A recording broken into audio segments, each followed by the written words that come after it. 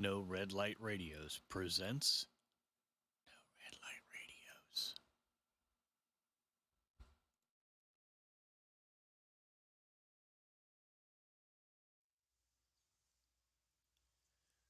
Hello, hope everybody's doing well. This is Rick in EESDR and wanted to go through another quick video with another updated release of V3. This will be version 13.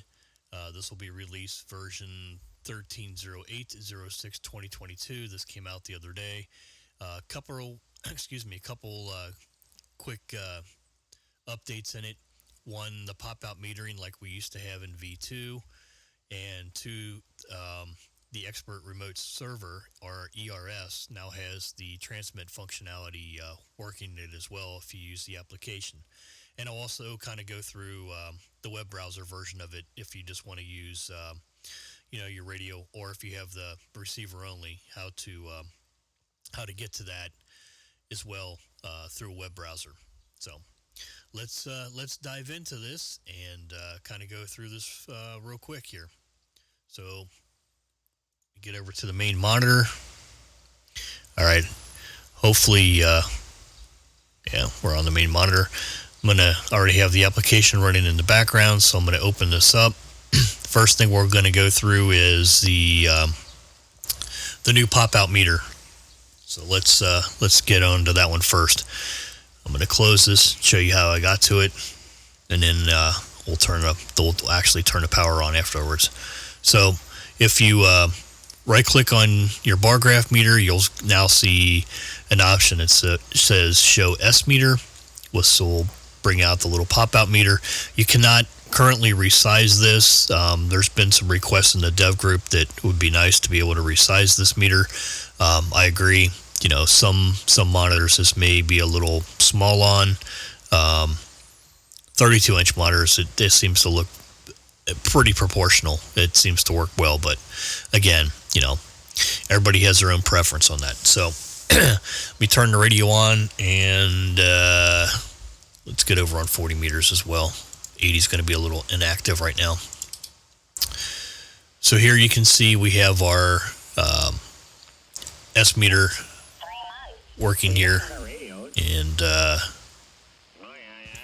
get some sound on here so I can actually get on frequency. So your S meter works, and I'm going to go into the dummy load here real quick, show you how the functionality works in transmit. You actually have your power output, your SWR, and your mic all displayed at once. So I'm going to dummy load. The SWR is obviously going to be very low. Again, I'm on the dummy load. So as a quick test on how the metering looks in transmit, so here you can see the chiclet on the bottom. The green going to yellow would be your mic gain structure, and you just want to touch that 0 mark every once in a while there. That seems to be a pretty good level.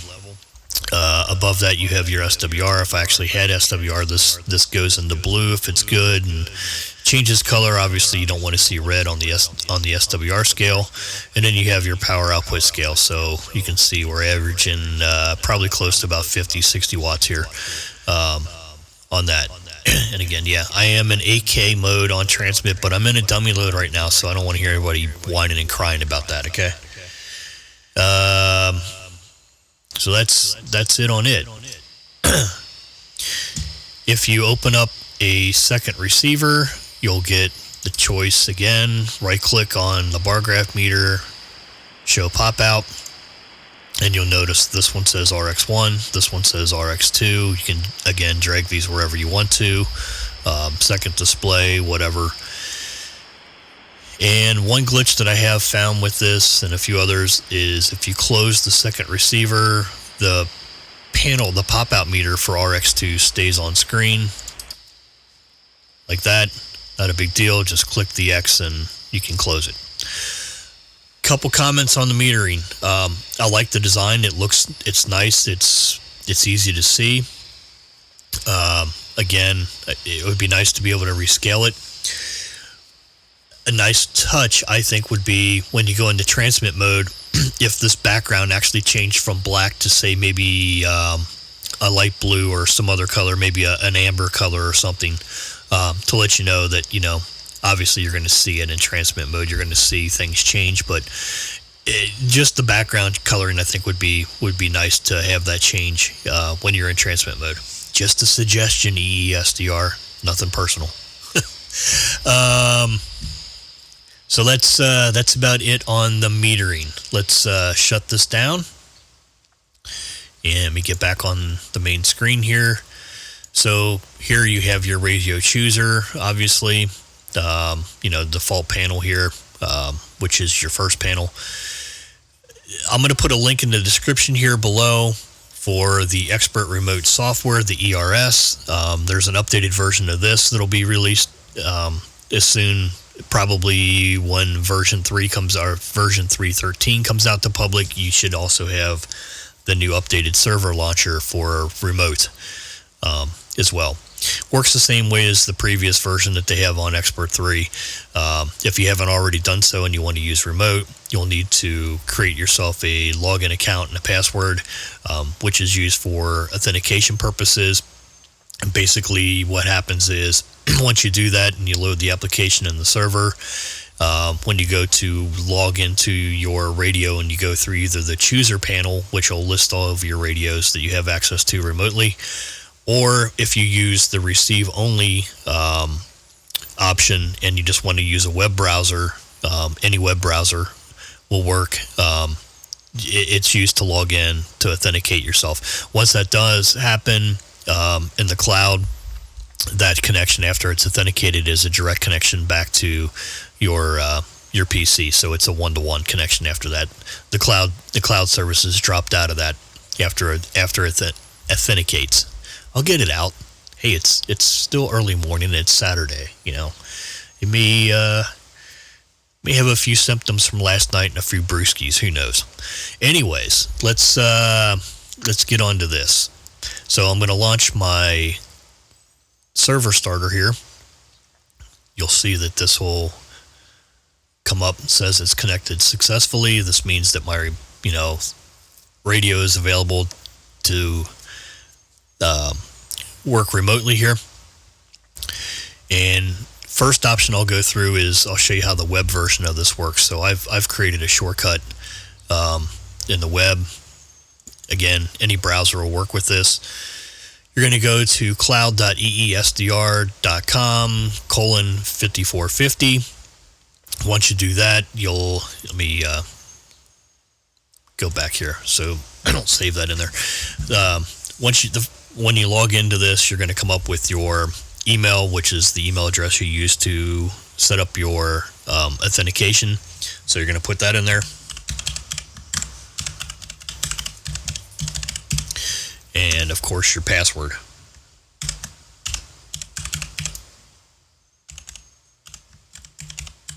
And hopefully I've typed mine in correctly and we can do the login. Obviously, if you need to set up an account, you can click the registration tab here. If you forgot your password, you can click this. They'll send you a link to reset the password to the email address that you used when you signed up to register this.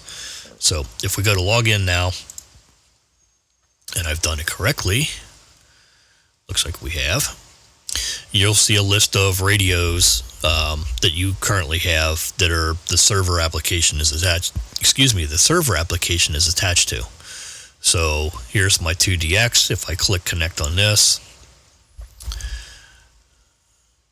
it's going to show you that it's connected. Once it does, you can hit go here. And we now have, let me get on the antenna here. We now have, and you're going to lose sound because it's not going to route through OBS the right way here. But this is the web version of the remote client for receive only. This will be a receive only if you're using the web version of this, okay?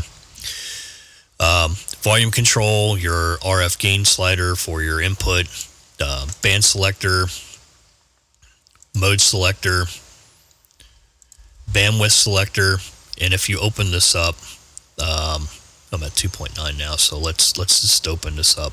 So there's a 6.1. It'll tell you up here at the top how far you've actually had this open. So it'll save that, and you can go back, and if I open this again, I can go back to the 6.1. Okay. Here's your frequency steps, your sample rates.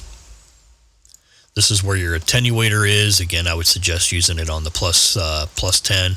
And typical with any SDR receivers, especially direct sampling receivers, using the preamp will usually give you the lowest noise floor. And again, on a true SDR, it doesn't change the signal meter. It doesn't matter if this is at minus 20 or at plus 10. The actual S meter reading is going to stay the same, which is the way it really should work. This will give you your options for on HF side for your antenna inputs. Obviously, this is set up to also work with the MB1, which has 4 HF antenna four antenna ports, and your ADAC. Obviously, with the SDR2, I've got the only ones that are going to work here are first and second with the 2 ports. Again, if you go into VHF for 2-meter operation, you have VHF1, VHF2, and your ADAC output. You got your noise blanker to toggle on and off, your automatic notch filter to toggle on and off, and if you are using, say, 2-meter mode, you're going to want to obviously turn the LNA on, unless you're using a separate LNA and you've got that tied into your ADAC or however you have that hooked up. Again, in 2-meter mode, you have your squelch function as well. You can't change the bar graph meter in the web version of this, but it is pretty easy to see, and it looks halfway decent. Nothing really harsh about that, I would say. You can slide the leveling, up and down where you want the pan adapter versus waterfall. Your scaling rate, you can drag that up and down as well. And down at the bottom, you're going to see your ping time, your audio delay time, the cloud ping time, which is when you authenticated, and then handing off that the connection is direct here now, so that your local time or your UTC time. You can't right click on this and change it like you can in the actual application client. So that's a quick rundown of the web client version. And again, this should work in any browser. I'm using it currently in Windows 11 with Microsoft Edge browser, the new browser that they have in that. I have tested it with Google and Firefox. It works as well in that. As far as I know, the guys running the Mac stuff with the Safari that are in the dev group, nobody's complained that with any issues there for that either. So it should be fully functional for the receive-only web version. So let me close this, and I'm going to log out here. When I log out here, I'm going to go back to the other screen. You should see it disconnected here. So, all right, so let's go for the application version of this. This would be if you load V3, whatever release is going to be present at the time. I'm going to use 13 on this one. If you load that application and you go to the third panel in the radio chooser, or not the radio chooser, but you go to the third panel in the application, you'll get to your remote. If you've already set up your account and your authentication credentials, you're going to put that in here. You can click login. It should authenticate. It says successfully authorized, and in a few seconds, your radio, the one it's available for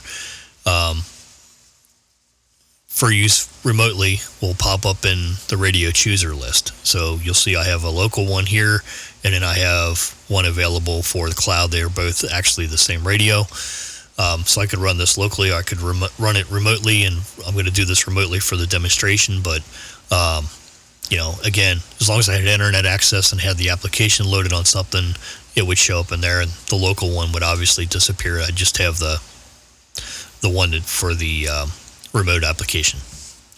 So let's click start on this guy. Oh, one thing I should have showed you. I'll show you when I close it down. You can choose the graphical interface for the remote version too. So like under Windows, you could use DirectX, Vulkan, or OpenGL. So I think that in, Mac OS gives you a couple choices in there, and Linux as well. A couple choices with that. I think one of them being Metal or something. I can't remember off the top of my head. Basically, it'll look the same as it does on your local version, with the exception of the remote doesn't allow you to have at the present time the second receiver function. Everything else is pretty much the same and works just like the full, local version of this. You've got your pop-out meter if you want to turn that on and off on the remote version. You'll know that you're connected remotely. You'll see the little arrow, trying to move her to the little arrow on the chain link fence. You'll see that little yellow lightning bolt there, which will allow you, and you'll also notice that your upload and download speeds are listed as well as the ping time. All the functions, again, the same. Your preamps. Let me go ahead and turn this on. You have your audio input and output devices. One thing to note is the local PC, whatever you have on that for your microphone input. Actually, not the PC you're remoting from, or the laptop, or however you're doing it. Whatever device you're remoting from, you're going to want to set that as your mic input. So if you're using, like a headset with a USB microphone or some sort of like that, a headset or whatever, seems to work pretty well. You would set that in there, and then you can adjust your audio gain from the mic PC to the radio via the slider up here. You also have the full functionality of the panel layout as well. Let me get off this guy here. Your panel layout as well, if you need boost or DC blocking or the rotator or processing tabs, or whatever was available in the local version here, you'll have access to the nice full parametric EQ. So drag these guys around wherever you want. Set this stuff up. You can save your profiles for your microphone PC profile.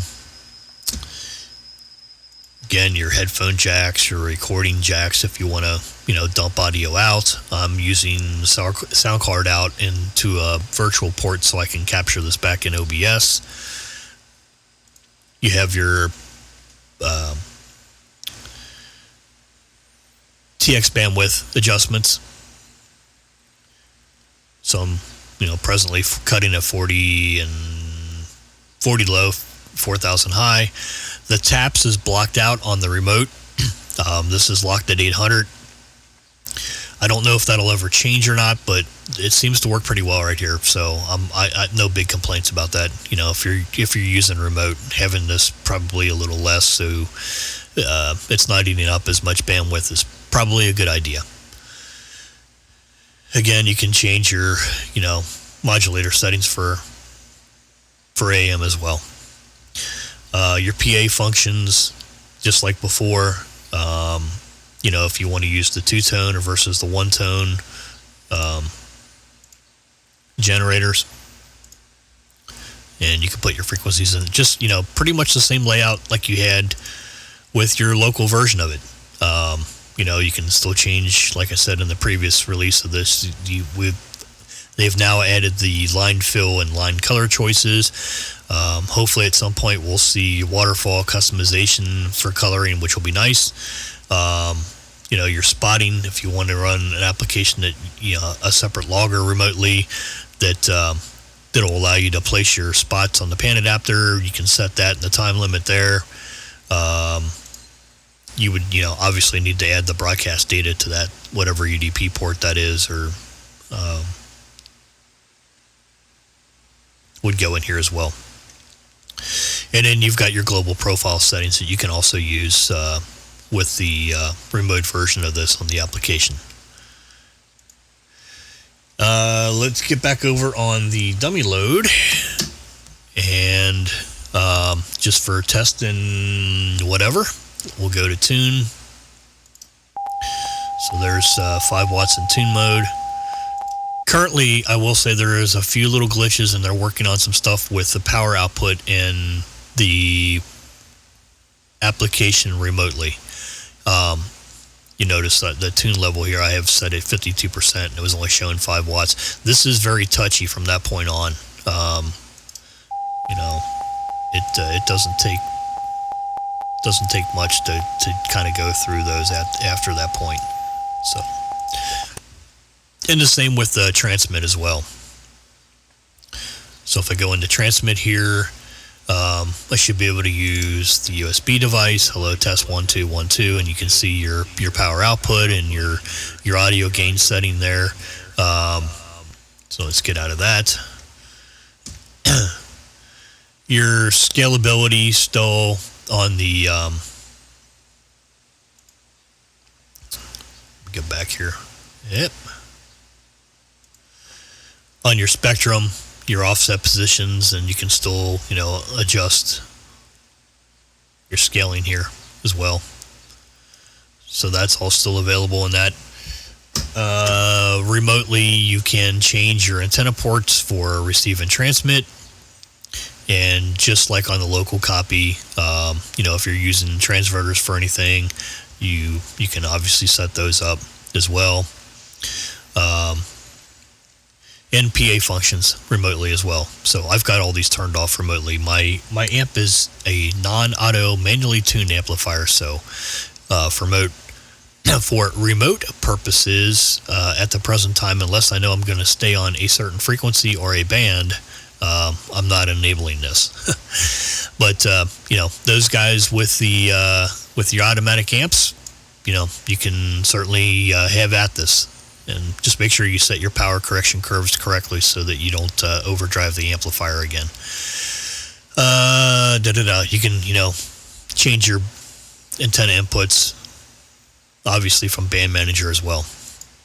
So okay, hope that brings a few of you up to speed where we're at currently with EESDR version 3, and look forward to making another video on the next upcoming release. Oh wait, let me log out of this.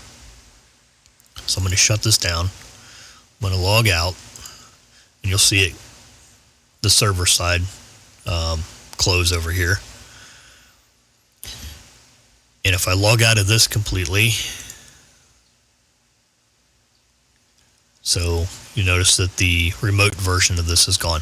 So just for grins, like I said before, you can choose your graphics API. You can also do it remotely. So if I log back in here, let this authorize again and show back up in the list.